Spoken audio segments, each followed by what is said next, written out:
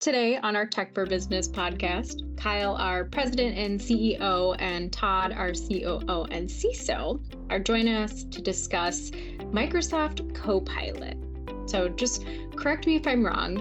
It is February 2024, so that means that Copilot recently rolled out for enterprise customers. So it's fairly new. So if you're listening to this in the future, we're going to have more information and more use on it. But I wanted to start, instead of a question, I have a little trivia question for you. In my research about Copilot, I found a survey that Microsoft did about how people plan to use AI. And I was going to ask, I'll give you a multiple choice question, and I want you to guess what the number one use for AI is. So your options are analytical tasks, summarizing meetings and action items, finding information or answers, or creative work. So what do you think people plan to use AI for? Yeah, okay. I was going to clarify. This is what AI will do, not what I'll do, because AI did all of my normal human being work. Yes. What do you think people, and again, it's what people plan to use it for, probably not actually what they'll end up using it for. I would say creative would be the number one answer. Yeah, I was going to say that too, but I was thinking really in my head, what makes sense is it'll do all the analytical work and then it'll free humans up to do creative. So I'm going to go with analytical. Nice. So the number 4 is actually creative. People, again, planning, they might actually use it for creative, but they don't really think about that for their top use. Number 3 was analytical. Again, something maybe they're not thinking of. So the number 1 that people are planning to use AI for was finding information and answers, which kind of makes sense. I thought it was too obvious. They've had Google for years. Yes, that's the thing. We're coming from Google. What do we use AI for? I guess we're going to use it as a search engine, which is maybe it literally not. does a search for you on the background. Yes. The creative one does make a lot of sense. I think I saw a news article the other day where they were using the LLM to kind of do it, and they were like, here, create a spaceman with a knitted motorcycle helmet and blah, blah, blah. And then it did. And I was like, wow, how did you even think of those things? So I'm not the creative. I'm more the analytical guy. So I was like, I can't imagine how I can do those kinds of things, but that's amazing. I know. Oh, yeah. AI is kind of quite a long way. So my first question, kind of based off of that, is how is AI and specifically Copilot transforming our day-to-day work? How is it transforming the workload? Well, I'll start real briefly. CIT, since it really did just come out, we did it in a very limited rollout for ourselves. And so it's been very experimental with us. And I think everybody's probably using it a little bit differently. And of everybody, it is a fairly small sample size for us in particular. The things that I find it to be the most beneficial for is getting me started on things. So, for example, the way the tool set works is if you open up Word, the very first thing you do is you get a Copilot prompt. And if you type in, please create a blog post regarding the benefits of AI and LLM, it'll create an entire blog post for you. Now, I'd highly recommend you review it and read it, but it'll give you a heck of a great start. And then it'll say, it allows you to get into more detail. So you can highlight any sentence, any paragraph, and then you can tell Copilot to do anything. So please write this like I'm a third grader. Please revise this to say whatever, and it will do it. It's pretty remarkable. And of course, it does this for emails and all kinds of other stuff too. So the first thing that I found that it was incredibly beneficial for was getting me started. I think for those reasons, and then also I think it's kind of that 1,000 golden BBs versus a silver bullet. It's got a lot of little things that it does throughout the day side that are augmentatively, I think, are very, very powerful when you combine all the little savings along it. It's the little stuff Todd said side of it adds to it. I think the integrations with Teams and just the meeting notes and the agenda and the additional prompt stuff on it, and some of it just the traditional, chat GPT chat, kind of the search thing that your survey kind of said, just to say, give me some research this for me and find me this information. I've used it more recently side to help locate document sides within my ecosystem for me side of it. So between shared docs, different Excel files, different things of those things. So, kind of losing track of where, what did I say that file is and those kind of things to help me locate those. And it's done a nice job of pulling the relevant files together and giving me the quick reference sides of it. So just, all those throughout the day, if you think of all the little minutes that starts to save and the aggregate side of it, I really like it. It's, I can easily see where it gets to. There's a little bit of AI crack going on where you just start to say, I'm not going to want to get rid of this. It's going to be something I'm going to want to hang on to because you take a step backwards. I could see easily how it's going to get people very, very hooked as a part of their workflows to utilize it. I'm hooked on it already too. Teams is probably where I use it more than anywhere else. So you can have it do transcriptions of meetings and whatnot, and it'll create the summary for you, action items, etc. So I've used it for that. And I've used it for a bunch of little things. I have a lot of conversations that happen throughout a week, and you can go back into Copilot and ask it to do things for you. So for example, I had shared out a news article with somebody, and then I couldn't remember who I shared it with. And so I asked Copilot to go find it, and it did. And it gave me every URL I saved and sent over the last week, which was incredibly useful for me too. So just little things that you're like, I don't know if that would be helpful. It is. And I don't know how you go back. Oh, yeah, for sure. So it's obviously changing the way people are working and kind of automating those little pieces of their day. Do you think that all of this AI is going to change the skills of the workforce? Yeah, I think most definitely it will. Again, it's utilizing how you use any tool side of it. You just kind of change your job process to adapt to utilize those tools to ultimately get more productive side of it. I know like initial studies, and again, this is not an exact number, and I don't want to recall. The numbers of like 40% productivity gain and those things are thrown around on there. And I can see how those numbers start to rise very quickly if as an augmentative tool for any part of work process side of it. Again, all those little things add up to tremendous productivity gains, which then changes your work processes into doing other things. It does free you up for other more creative and other, whether it's person-to-person interactions, other sides of it, there's time savings there for sure.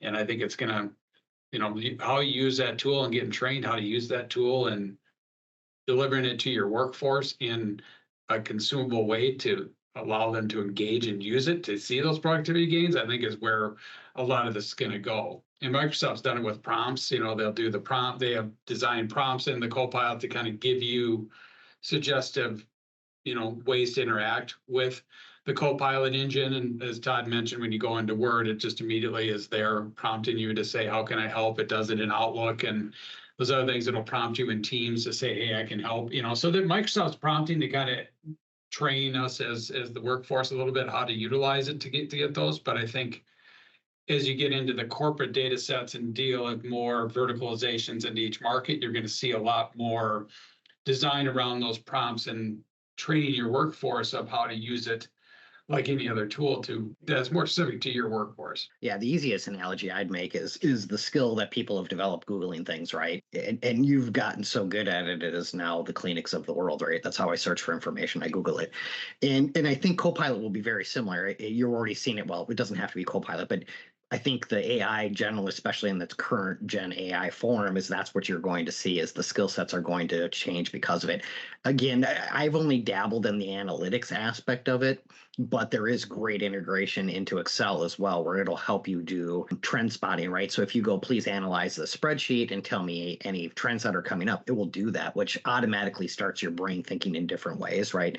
You didn't anticipate not having to dig through it and creating formulas and starting to find trends on your own. It'll spit it out and all of a sudden you're on to the next task. So yes, it will change. I also have been reading a lot of articles as of late where they're saying the economy is starting to pick up again, and yet you're seeing all these layoffs in the tech industry, and I'm kind of going, why? And some of the articles I'm reading are saying things such as AI is one of the biggest drivers, and there's two reasons behind AI. One is it's a force multiplier, but part two is they were saying that a lot of companies are trying to free up their funds so they can afford to pay for AI, whether that's servers, people, tools like Microsoft, et cetera. So we'll see, but it is interesting if that's true, that naturally forces you to have to adopt the tools and start to work differently than you ever did before and find efficiencies elsewhere. Yeah, that's so interesting. And I've heard that come up before about AI and, is it going to expand the workforce or is it going to cut down on it? So that'll be interesting to see in years to come. So we are really enjoying Copilot and how it's integrating and other AI tools that we use.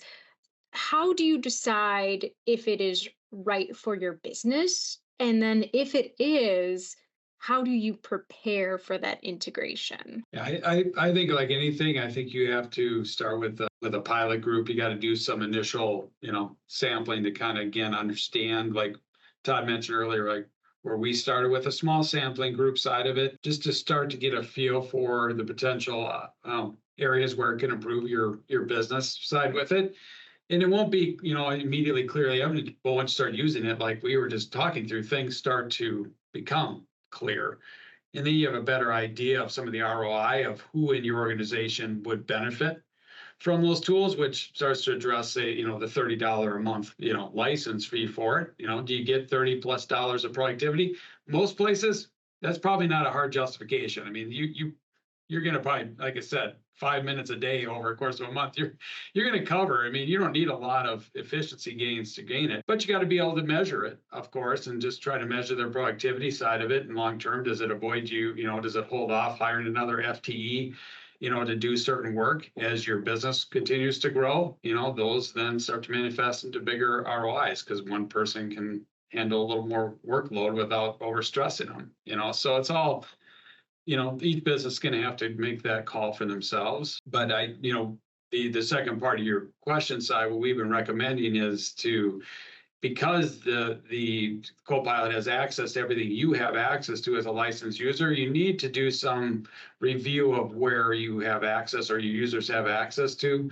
There may be SharePoint libraries or other areas or shares that were done from people's OneDrives that do have company or corporate sensitive information. The Copilot would have access to that. So when you're doing any kind of interaction with that could be presented back in a response.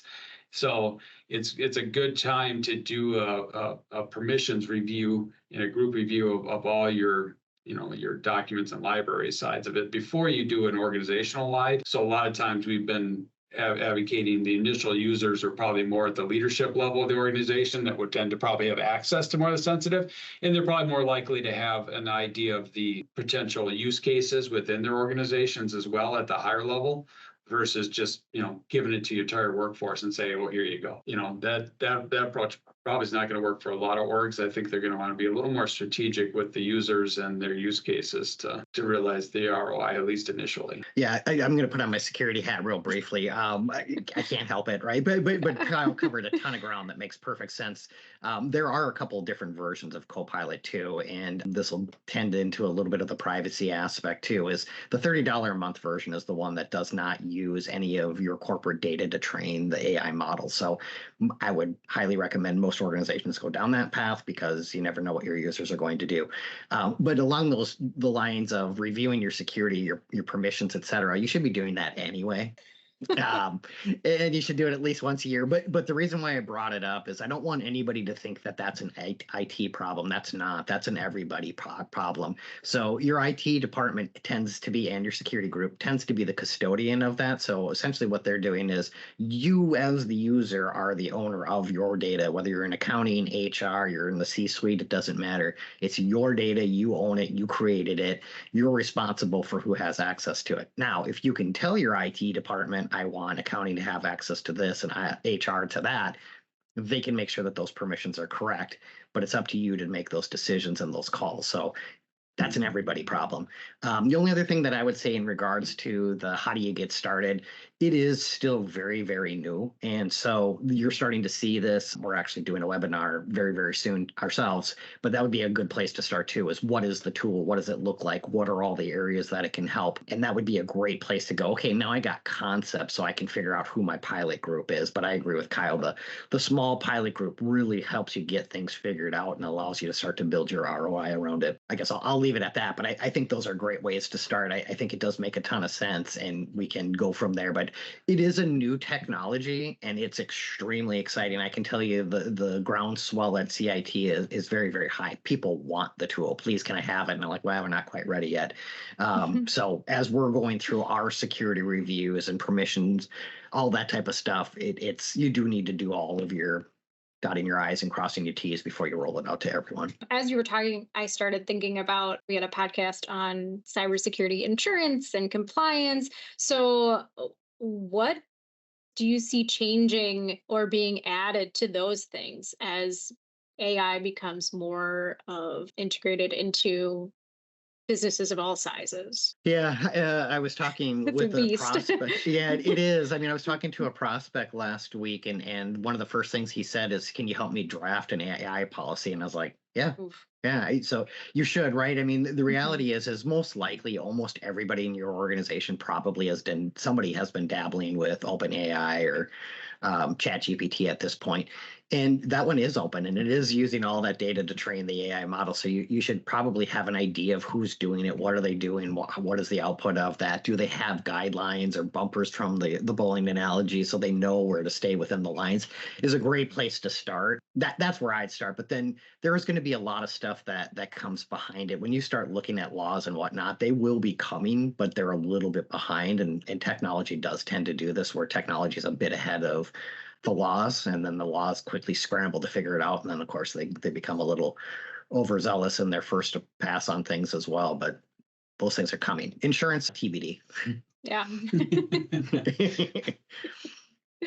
Yeah, I think the for sure is that it's going to come. So just be prepared for it, you know. Yeah, we had a podcast just recently where we got into insurances kind of getting into some of the regulations, and they're great at doing the analytics part, right? So they know what's going on within the world. They see the data leakage, which is one of the concerns about having your data being leaked out into the internet, and they'll know what that costs. They'll have all that details for you. So they'll be the first ones that you'll see. That'll impact every organization.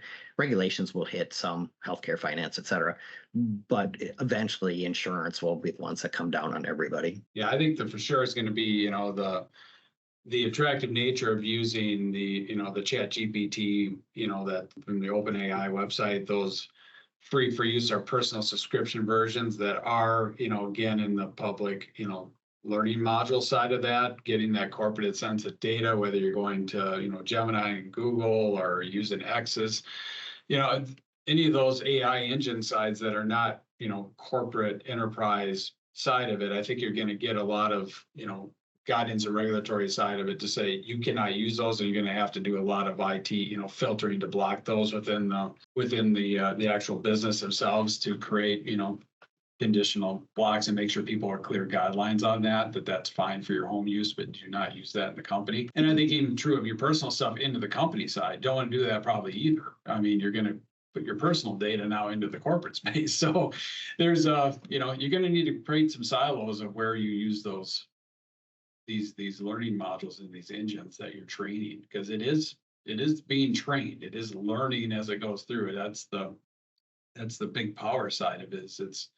It's aware of the roles of the people that it's working with. So it knows my role and knows Todd's roles. It knows Ariel's roles within our organization. It knows, you know, responsibilities. It takes that into account, and it's learning as we're giving it prompts back. You know, when Todd says, I like to write in this form, that it remembers those things. You're not having to tell it every single time. It does learn and start to adapt to that. That's the power of it. It is learning, but it may learn something you don't want it to learn. Remember it. So that's the heightened concern comes in. Yeah, we're a lot more transparent than we think we are. As we're chatting, I'm starting to get my brains around, I wanted to go back and say, how do we prove value and stuff like that, which makes me naturally go, what's next? And I'll be honest with you, I'm not the creative individual that's going to go, hey, I can see this new thing pop up from the next gen of AI. I don't know what those are just yet. Although I think it's going to be incredibly exciting. In the short term, I think there's still a lot of opportunity on there. So we didn't dive too terribly far into this, but just kind of an example is being in the IT industry, you can start to do things such as building your AI to build knowledge bases. So as you're starting to see, how come I'm always having problems with my VPN connection, the tool set can kind of create the answers for you, potentially get into things that help you do self-service to resolve those types of things.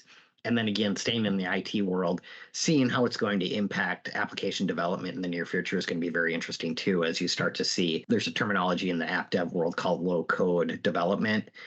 In theory, this could help supplement that, right? Because it can do a lot of the code generation for you, and then you would just do your little tweaks and changes to it. So I think there's a lot of opportunity from what exists already, but you will see a lot of really cool stuff to come in the future as well. Yeah, I think it's just the rate of development, the rate that it allows you to, again, exponentially increase output, and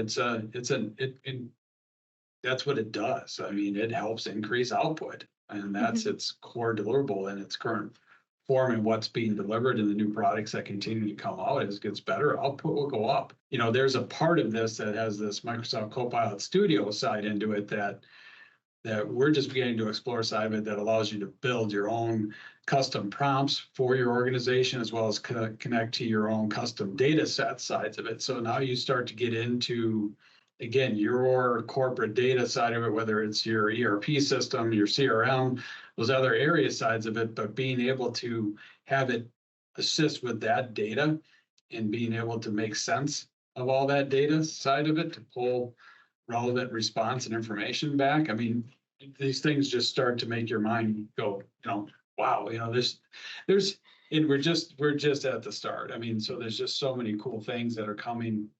And you're seeing pretty much every line of business outside of even Copilot, they're introducing their own AI components into their product lines as well, to allow you to do similar function sides of it, whether they call them bots or whatever they want to term them, but, quick ways that used to be, workflows, or macros, or, all these little things that, these things have been around for a while in certain forms, but now you're putting a much more effective use on it, where it can take it way, way further and be way more automated than it ever was, to really get those high output gains coming out of it. Yeah, and these are all great fun things, but again, I'm the Debbie Downer, so I'm going to throw in a little the dark side of the world. When Kyle mentioned you're seeing these in other tools, and unfortunately, you're starting to see that come up in the cyber attack world as well, as they're starting to use AI to generate phishing simulations, although they're not simulations, they're just phishing attacks.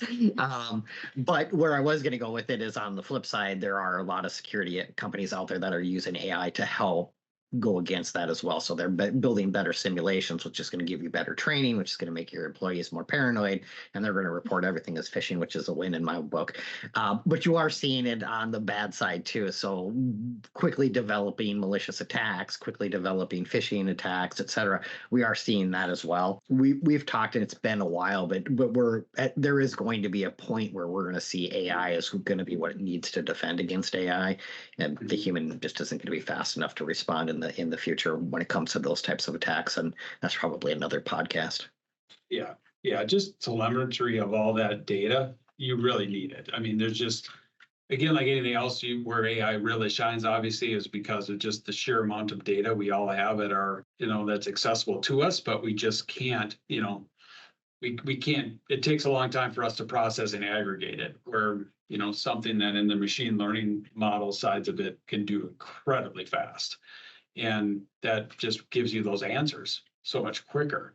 And the cybersecurity side, we can do telemetry of all the data and all the data points that you need to analyze to determine that you are actually under attack, or that you have a threat actor in your environment side of it. It's you need it for these things nowadays, because again, they're using those things to get in there, and there's too many points that humans just not going to spot it. And unfortunately, these attacks happen 24/7, so you need a defender 24/7, and people have to sleep too. So there's, giving the relevant decision side of that is where, it definitely is moving towards where you have the work and the analysis being powered by those AI engine side of it, feeding good, relevant, quick decision information to a human, is where they're measuring all the productivity powers and where they're touting on all the analysis of the organizations that are going to thrive going forward are the ones that know how to use AI augmentatively in their business.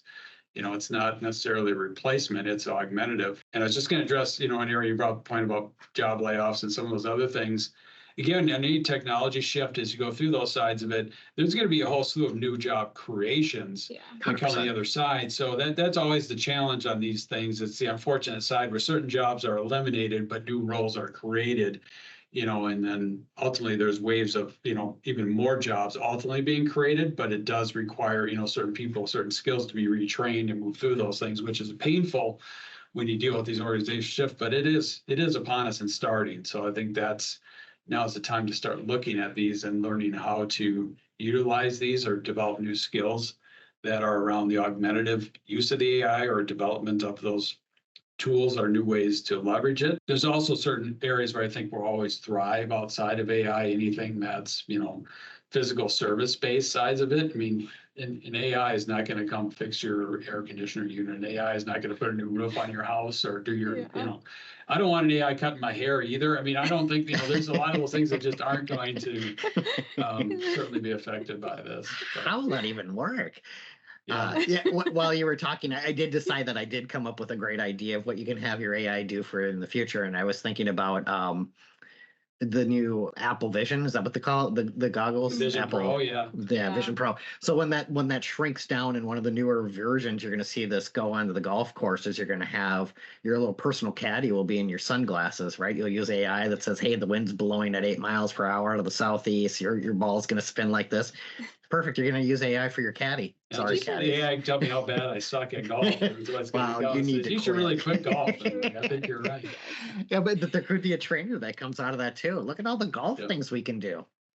I'm waiting for Clippy to come back. Do you guys remember Clippy as the Clippy. little AI now? They should have brought Clippy back as the new Copilot, mascot for missed nostalgia opportunity purposes. Would have gave poor Clippy a purpose, that thing never had a warm welcome. You did not. Maybe we'll see him come back. Maybe he'll make a resurgence. Shout out to Microsoft. Make Clippy your Copilot. Shout out to you. Yep, and since it's a personal Copilot, I got to be able to tailor him so I can change his avatar whenever I need to.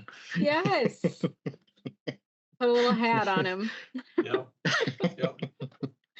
I love it. On that note, I think we're excited, we're cautiously optimistic, and we're looking forward to maybe Clippy in the future. Thank you, Kyle and Todd, for joining us today. If you enjoyed this podcast, please like and subscribe. If you have a question or topic or want to know more about Copilot or AI, please reach out to us at info@cit-net.com or head out to our website, cit-net.com/podcast. And we'll be back next week with an all-new episode.